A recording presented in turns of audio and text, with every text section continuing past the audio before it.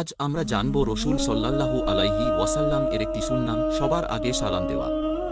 সালাম আরবি শব্দ, এর অর্থ শান্তি, কল্যাণ, দোয়া ইত্যাদি। সালাম একটি সম্মানজনক অভ্যর্থনামূলক ইসলামী অভিবাদন। আল্লাহ তাআলা সর্বপ্রথম আদম আলাইহি ওয়াসাল্লামকে সালামের শিক্ষা দেন। হযরত আদম আলাইহি ওয়াসাল্লামকে সৃষ্টি করার পর আল্লাহ তাআলা তাকে ফেরেশতাদের সালাম দেওয়ার নির্দেশ দেন। তিনি সালাম দিলে ফেরেশতারাও এর উত্তর দেন।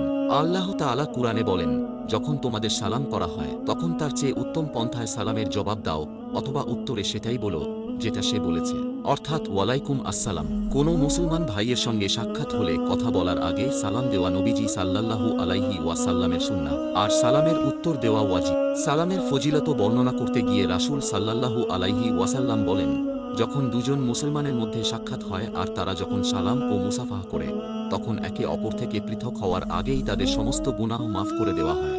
এছাড়া সালামের মাধ্যমে পরস্পরের হিংসা বিদ্বেষ দূর হয়, অহংকার থেকেও বেঁচে থাকা যায়। সবার আগে সালাম দেওয়ার সবচেয়ে বড় ফজিলত হল, এর মাধ্যমে সালামদাতার মন থেকে অহংকার দূর হয় এবং সে আল্লাহর প্রিয় বান্দাদের অন্তর্ভুক্ত হয়। হযরত উমামা রাদিয়াল্লাহু থেকে বর্ণিত আছে, রসূল সাল্লাল্লাহু আলাইহি ওয়াসাল্লাম বলেন, নিশ্চয়ই আল্লাহর প্রিয় বান্দা হল ওই ব্যক্তি যে আগে সালাম দেয়। অন্য এক হাদিসে এসেছে, মহানবী সাল্লাল্লাহু আলাইহি ওয়াসাল্লাম বলেন, তোমাদের মধ্যে যে আগে সালাম দেবে সে অহংকার থেকে মুক্ত থাকবে। হাদিস মিশকাত।